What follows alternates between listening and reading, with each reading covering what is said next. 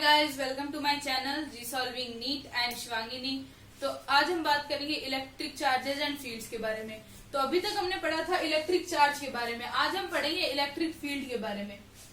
तो electric field क्या होता है? जैसे मान लो वैक्यूम में कोई पॉइंट है O, वहां पे कैपिटल Q चार्ज रखा हुआ है और उसके पास ही यानी R डिस्टेंस पे एक पॉइंट है P जिस पे हमने स्मॉल q चार्ज रखा है। अब जब ये स्मॉल q चार्ज यहाँ पे पड़ा है तो कैपिटल Q इस पे फोर्स लगाएगा स्मॉल q पे, जिसको हमने इलेक्ट्रिक फोर्स बोला था, जो हमने कूलम्ब्स लॉ से इसका फॉर्मूला निकाला था। पर अगर हम इस चार्ज को यहाँ से पॉइंट P से हटा दें तब क्या होगा? तब यहाँ पे क्या रहेगा? कुछ नहीं रहेगा। नहीं, यहाँ पे एक फील्ड रहेगा इसके चारों ओर, क्योंकि अगर यहाँ पे कुछ नहीं रहता तो वो फोर्स कहाँ से आता जो हमने क्यू पे लगाया था। यहाँ पे इस थ्योरी को समझने के लिए पहले के जो साइंटिस्ट थे उन्होंने एक कॉन्सेप्ट दिया था, फील्ड का कॉन्सेप्ट। यानी ये क्यू जो है वो अपने चारों ओर एक सराउंडिंग में एक फील्ड बनाता है जिसको हम बोलते हैं इलेक्ट्रिक फील्ड। उस इलेक्ट्रिक फील्ड के बाहर कोई चार्ज है तो उससे इसको कोई मतलब नहीं है, लेकिन उस इलेक्ट्रिक फील्ड के अंदर अगर कोई चार्ज आएगा, मान लो कहीं भी यहाँ पे आ गया, यहाँ पे आ गया, यहाँ पे आ गया, कहीं पे भी अगर चार्ज आएगा तो उस पे ये अपना इलेक्ट्रिक फोर्स लगाएगा। जैसे कोई भी मैग्नेट होता है तो वो अपने चारों ओर एक फील्ड बनाता है जिसको हम बोलते हैं मैग्नेटिक फील्ड। अगर उसके अंदर कोई भी सब्सटेंस आएगा तो उसको अट्रैक्ट करने की टेंडेंसी रखता है। वैसे ही हालांकि वो अलग है, पर हम समझने के लिए एग्जाम्पल के तौर पर उसको इससे कंपेयर कर सकते हैं। जैसे ये क्यू है तो अगर इसके अंदर कोई चार्ज आएगा तो वो उस पर फोर्स लगाएगा। अब वो फोर्स अट्रैक्टिव भी हो सकता है कि ये उस चार्ज को अट्रैक्ट करेगा, और वो फोर्स रिपल्सिव भी हो सकता है कि उस चार्ज को रिपेल करेगा। लेकिन अगर इस फील्ड के बाहर अगर कोई चार्ज है तो उस पे इसका कोई फर्क नहीं पड़ेगा। तो इसको हमने बोलते हैं इलेक्ट्रिक फील्ड। इलेक्ट्रिक फील्ड का फॉर्मूला क्या हो गया? KQ/R²। और वही K की वैल्यू हमने देखी थी 1/4πε0 Q/R²। तो यहाँ पे ये फॉर्मूला देखो, इस फॉर्मूले में जो हमने यहाँ पे एज्यूम किया था स्मॉल q, इस स्मॉल q को बोलते हैं टेस्ट चार्ज। हम टेस्ट चार्ज यूज करते हैं कि सोर्स चार्ज से कितना फील्ड या फोर्स प्रोड्यूस हो रहा है। अब सोर्स चार्ज क्या है? ये जो हमारा है इसको हमने सोर्स चार्ज माना है, जिसको कंसीडर करके हम सब कुछ, जैसे हमने ये चार्ज माना है तो हम इसके लिए इलेक्ट्रिक फील्ड निकाल रहे हैं, तो ये हो गया सोर्स चार्ज। और इसको हमने एज्यूम किया है तो ये हो गया टेस्ट चार्ज।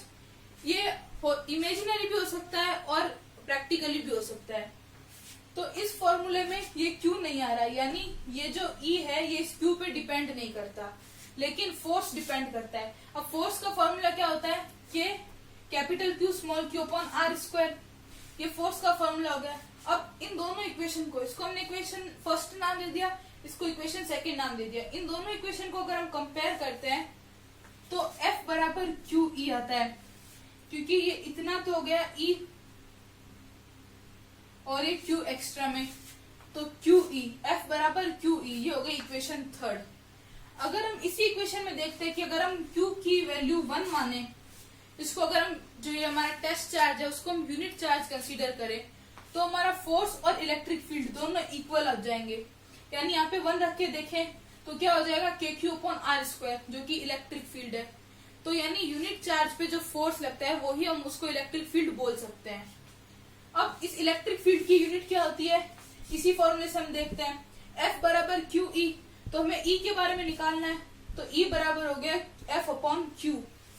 F यानी फोर्स की यूनिट हो गई न्यूटन और चार्ज की यूनिट हो गई कूलम। तो इलेक्ट्रिक फील्ड यानी E की यूनिट क्या हो गई? न्यूटन/कूलम।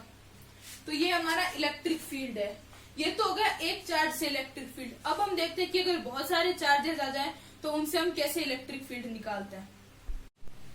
अभी हमने बात की थी इलेक्ट्रिक फील्ड के बारे में, अब हम बात करेंगे electric field due to system of charges, यानी ऐसा सिस्टम जिसमें बहुत सारे चार्ज है। अब मान लो कोई भी हमने ये पॉइंट लिया है P, ये हमने पॉइंट P ले रखा है। अब इसके आसपास बहुत सारे चार्ज है, जैसे ये Q1, Q2, Q3, Q4 और Q1 तक बहुत सारे अलग अलग चार्जेस है। अब इनकी डिस्टेंस कितनी है? Q1 और P के बीच की R1P, Q2 और P के बीच में R2P और वैसे ही R3P, R4P और RNP। जैसे हमने उसमें लिया था, फोर्स में लिया था, तो हम ऐसे लेते थे R12, R13 ऐसे लेते थे, क्योंकि उसमें दो चार्ज के बीच में था, तो हम Q1 से सबकी डिस्टेंस लेते थे, तो हम ऐसे 1 2 1 3 ऐसे करते थे।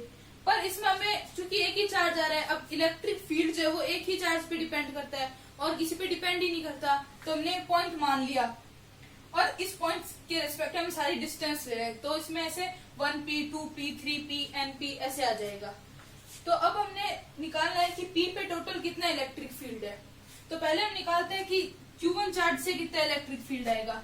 तो E1 बराबर KQ1 upon R1P square R1P cap. ये वापस R कैप हो गया पोजीशन वेक्टर, जैसे फोर्स में था वैसे इलेक्ट्रिक फील्ड में ये पोजीशन वेक्टर हो गया।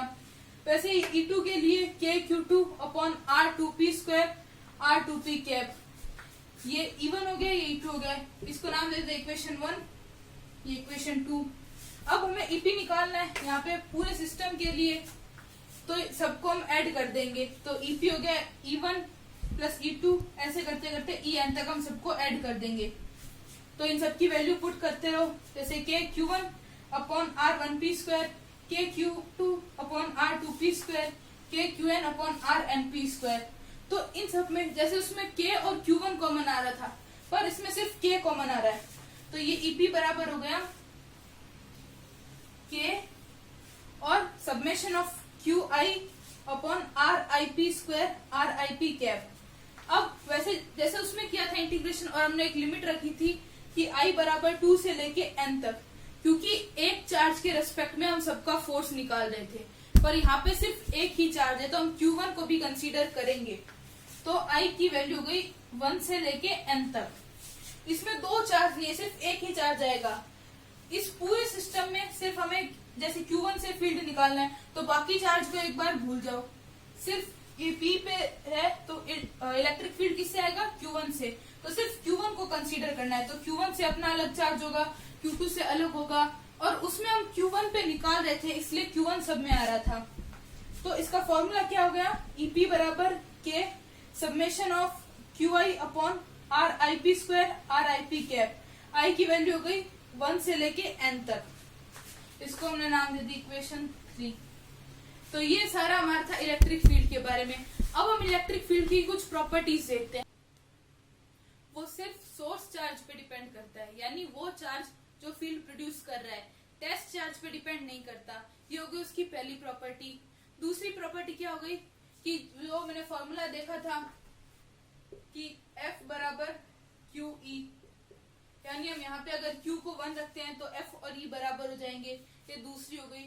और तीसरी ये होती है कि अगर कोई भी पॉजिटिव चार्ज है तो उसके लिए इलेक्ट्रिक फील्ड आउटवर्ड होगा, यानी बाहर की तरफ होगा। जैसे हम मान लेते हैं यहाँ पे कोई भी पॉजिटिव चार्ज है, तो इसके लिए जो भी इलेक्ट्रिक फील्ड होगा वो ऐसे बाहर की तरफ होगा, और अगर कोई भी नेगेटिव चार्ज है तो उसके लिए इलेक्ट्रिक फील्ड जो है वो अंदर की तरफ होगा। यानी पॉजिटिव चार्ज से इलेक्ट्रिक फील्ड बाहर जाएगा और नेगेटिव चार्ज से अंदर आएगा। ये एक्चुअली इलेक्ट्रिक फील्ड लाइंस होती है कि इलेक्ट्रिक फील्ड जैसे पॉजिटिव चार्ज के लिए इलेक्ट्रिक फील्ड लाइंस बाहर जाएगी और नेगेटिव चार्ज के लिए अंदर आएगी। तो इलेक्ट्रिक फील्ड लाइंस क्या होती है वो भी हम देखते हैं। तो इलेक्ट्रिक फील्ड लाइंस क्या होती है कि कोई भी चार्ज है, जैसे इसमें पॉइंट चार्ज शो कर रखा है एक पॉजिटिव चार्ज, तो उसके चारों तरफ जो इलेक्ट्रिक फील्ड है उसको हम इमेजिनरी लाइन से शो करते हैं। तो इमेजिनरी लाइन जैसे इसके चारों ओर वेक्टर बना रखे हैं, वो इससे दूर जा रहे हैं। जैसे हमने बात की थी कि इलेक्ट्रिक फील्ड जो है वो पॉजिटिव चार्ज के लिए बाहर की तरफ होता है, तो ये वेक्टर इससे बाहर की तरफ जा रहे हैं। इस वेक्टर का जो हेड है वो चार्ज से बाहर की तरफ है। तो हम देख रहे हैं कि जैसे जैसे हम चार्ज से दूर जा रहे हैं वैसे वैसे ये जो वेक्टर है उनकी जो साइज़ है, या हम बोल सकते हैं कि जो डिस्टेंस है वो कम हो रही है, वेक्टर का साइज़ कम हो रहा है, शॉर्ट हो रहे हैं वेक्टर। तो ये क्या डिनोट करता है कि चार्ज के आसपास इलेक्ट्रिक फील्ड स्ट्रांग है, जैसे हम दूर जा रहे हैं तो इलेक्ट्रिक फील्ड वीक होता जा रहा है। तो अब जैसे इसमें हम देखते हैं कि ये पॉजिटिव चार्ज है हमारा, इसके बाहर ही इलेक्ट्रिक फील्ड लाइंस है। अब उसमें जैसे 2-3 लाइनें बता रखी थी, जैसे जो भी हमने डायग्राम देखा, तो वो सिर्फ उस चीज को एक्सप्लेन करने के लिए बता रखी थी।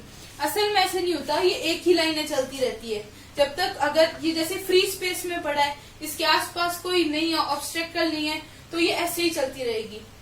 पर जैसे देख सकते हैं हम कि इस चार्ज के पास में लाइनें पास पास है, ये देखो यहाँ की डिस्टेंस बहुत कम है, तो ये क्या शो कर रहा है कि यहाँ पे फील्ड की जो इंटेंसिटी है, यानी फील्ड स्ट्रांग है यहाँ पे। जैसे जैसे दूर जाएंगे फील्ड कम होता रहेगा। क्यों कम होता रहेगा? क्योंकि हमें पता है कि इलेक्ट्रिक फील्ड जो है वो डिस्टेंस के स्क्वायर के इनवर्सली प्रोपोर्शनल होता है। यानी अगर हम r को डबल करते हैं, अगर r को हम 2r करते हैं, तो हमारा जो E डैश है वो 1/4 हो जाता है। क्योंकि यहाँ पे अगर हम वैल्यू पुट करके देखते हैं कि अगर हमने उस r की जगह 2r रखा, इसका हम स्क्वायर करेंगे तो E में 2 का स्क्वायर यानी 1/4 हो जाएगा E पहले से। तो यानी डिस्टेंस बढ़ने पे E कम होता रहता है। जैसे यहाँ पे डिस्टेंस बहुत कम है, फिर यहाँ पे देखते हैं डिस्टेंस बढ़ गई, तो इन जैसे E कम होता रहेगा, इन दोनों की डिस्टेंस बढ़ती जाएगी। जो हमने वेक्टर बना रखे हैं उनके बीच की डिस्टेंस बढ़ेगी यहाँ पे, फिर यहाँ पे डिस्टेंस और बढ़ गई, यानी इलेक्ट्रिक फील्ड यहाँ पे और वीक है। फिर यहाँ पे देखते हैं एंड पे यहाँ पे और ज्यादा है। तो अब इसके और इसके कंपैरिजन में ये डिस्टेंस बहुत ज्यादा है, ये एंगल बहुत ज्यादा है। तो इसका क्या मतलब होया, ये एंगल जैसे जैसे बढ़ता जा रहा है, इसका मतलब ये है कि इलेक्ट्रिक फील्ड यहाँ पे बहुत स्ट्रांग है और यहाँ पे वीक होता जा रहा है। जैसे हम नॉर्मली घरों में देखते हैं कि जो फैन होते हैं उनमें जो एक्सिस होती है बीच की, उसको हमने चार्ज मान लिया, और उसके चारों तरफ ब्लेड होती है, वो 3 ब्लेड 4 ब्लेड वो अलग अलग फैन में होती है। तो जैसे ये मान लो ये ब्लेड है, अब उस एक्सिस के पास में सारी ब्लेड आपस में पास पास होती है। जैसे जैसे हम डिस्टेंस बढ़ाते हैं यानी दूर जाते हैं, तो ब्लेड के बीच का जो एंगल है वो बढ़ता रहता है। वैसे ही इसमें भी उन वेक्टर्स के बीच का एंगल बढ़ता रहेगा और इलेक्ट्रिक फील्ड कम होता रहेगा। ये हमें ऐसे भी पता है कि अगर कोई चार्ज है तो उसके पास फील्ड स्ट्रांग होगा, और जैसे दूर जाएंगे तो फील्ड बढ़ेगा, मतलब वीक होगा, बढ़ेगा नहीं, कम होगा, वीक होगा। तो अब हम आगे देखते हैं कि अगर कोई भी पॉजिटिव चार्ज होगा तो फील्ड लाइन उससे बाहर की तरफ जाएगी। जैसे मैंने पहले भी बताया था आपको कि पॉजिटिव चार्ज है तो फील्ड लाइन इसके बाहर की तरफ जाएगी, और नेगेटिव चार्ज है तो फील्ड लाइन अंदर की तरफ आएगी। ये तो हमने पहले देख रखा है। अब हम आगे देखते हैं कि अगर 2 पॉजिटिव चार्ज है वो आपस में पास पास रखे हुए तो क्या होगा। चूंकि ये पॉजिटिव चार्ज है दोनों ही, तो फील्ड लाइन तो बाहर की तरफ जाएगी, पर सेम चार्ज होने के कारण ये एक दूसरे को रिपेल करेगी, तो ये फील्ड लाइंस यहाँ से आके मुड़ जाएगी, अपने आप ये दूर जाने की कोशिश करेगी। ठीक है, तो पॉजिटिव चार्ज में क्या होगा, निकलेगी तो बाहर, पर ये आपस में रिपेल होती जाएगी। वहीं अगर दोनों नेगेटिव चार्ज है तो उनमें भी सेम होगा, बस दोनों अंदर की तरफ आएगी, बाहर नहीं जाएगी। लेकिन अगर एक पॉजिटिव और एक नेगेटिव चार्ज है तो क्या होगा, जो फील्ड लाइंस है वो पॉजिटिव चार्ज से निकलेगी और नेगेटिव चार्ज में आएगी। जैसे आप कंटिन्यू हम देख सकते हैं कि यहाँ से निकल रही है और यहाँ पे आ रही है, तो ये ऐसे पाथ बनेगा पूरा, ये ऐसे और ऐसे। जो जितनी फील्ड लाइंस इससे निकलेगी उतनी ही फील्ड लाइंस इस नेगेटिव चार्ज में आएगी। अब इसकी इलेक्ट्रिक फील्ड लाइंस की कुछ प्रॉपर्टी होती है। जैसे सबसे पहले क्या होता है कि अगर किसी भी चार्ज से जितनी इलेक्ट्रिक फील्ड लाइंस निकल रही है वो डिनोट करती है कि उस चार्ज का अमाउंट कितना है। यानी एग्जांपल के तौर पे लेते हैं, जैसे मान लो ये प्लस चार्ज है, इससे 4 इलेक्ट्रिक फील्ड लाइन निकल रही है, तो हम ऐसे बोल सकते हैं कि इसमें 4 यूनिट चार्ज है। अब वो यूनिट कोई भी हो सकती है, जैसे कूलॉम हो गया, फेराडे हो गया, और कूलॉम जो है वो एक बहुत बड़ी यूनिट होती है। तो जनरली हम इलेक्ट्रोस्टैटिक्स में उसकी छोटी फॉर्म यानी माइक्रो कूलॉम या म्यू कूलॉम लेते हैं। तो कोई भी यूनिट हो सकती है, बस इसका मैग्नीट्यूड कितना हो गया चार्ज का, 4 हो गया। अगर मान लो कोई नेगेटिव चार्ज है, उसमें 3 इलेक्ट्रिक फील्ड लाइंस आ रही है, तो कितना, -3 उसका मैग्नीट्यूड हो गया चार्ज का। मैग्नीट्यूड मतलब वो चार्ज की अमाउंट हो गई -3 यूनिट। अब वो यूनिट वैसे ही कोई भी हो सकती है। तो पहली प्रॉपर्टी तो ये होती है। दूसरी होती है कि जैसे ये हम देख सकते हैं कि जो इलेक्ट्रिक फील्ड लाइंस है वो पॉजिटिव चार्ज से होते हुए नेगेटिव चार्ज में आएगी, और ये तो तब होगा जब नेगेटिव चार्ज उसके पास में है। अगर कोई भी नेगेटिव चार्ज नहीं है तो वो नॉर्मली मतलब पॉजिटिव चार्ज से निकल के इनफाइनाइट तक जा सकती है। और नेगेटिव चार्ज में जो इलेक्ट्रिक फील्ड लाइंस है वो इनफाइनाइट से नेगेटिव चार्ज में आ सकती है। अब अगर ये कोई चार्ज है वो कोई फ्री सिस्टम में पड़ा है, यानी इसके आसपास और कोई चार्ज नहीं है, ना कोई पॉजिटिव चार्ज है ना नेगेटिव चार्ज है, तो हमें इसको कर्व को कहीं भी कट करने की जरूरत नहीं है, सीधा चलता रहेगा, बस कहीं भी रुकेगा नहीं, ये लाइंस सीधी चलती रहेगी। या फिर ये जो कर्व है ये सीधा ऐसे कर्व में चलता रहेगा। ठीक है, अगला पॉइंट क्या है कि जो भी इलेक्ट्रोस्टैटिक्स में जो इलेक्ट्रिक फील्ड लाइंस है वो कभी भी एक क्लोज लूप नहीं बनाती। जैसे हम ये देखें तो ये हाफ सर्कल ही बन रहा है, ये फील्ड लाइन यहाँ से निकल के यहाँ जा रही है, फिर यहाँ से निकल के यहाँ जा रही है। अगर इसको देखें तो ये पूरा सर्कल नहीं बन रहा, सिर्फ एक ही वे में फील्ड लाइंस जा रही है। जबकि मैग्नेटिक फील्ड में क्या होता है, क्लोज लूप बनता है। उसमें क्या है, जैसे ये बार मैग्नेट है, ये नॉर्थ ये साउथ, अगर उसमें बाहर मैग्नेट से बाहर जो मैग्नेटिक फील्ड लाइंस है वो नॉर्थ से साउथ की तरफ जा रही है, तो वही मैग्नेट के अंदर मैग्नेटिक फील्ड लाइन साउथ से नॉर्थ की तरफ आएंगी। यानी अगर इसको हम इग्नोर कर दें तो ये पूरा एक क्लोज लूप बन रहा है। पर इलेक्ट्रिक फील्ड लाइन में ऐसा कोई नहीं होता, इनमें सिर्फ यूनिडायरेक्शनल ये लाइन फ्लो करती है, इनमें क्लोज लूप नहीं बनता। और दूसरा, अगर कोई इलेक्ट्रिक फील्ड लाइन है, जैसे मान लो ये इलेक्ट्रिक फील्ड लाइन है, ये ऐसे बाहर की तरफ, अगर हम इस पे कोई भी एक टेंजेंट खींचे, जैसे मान लो मैंने यहाँ पे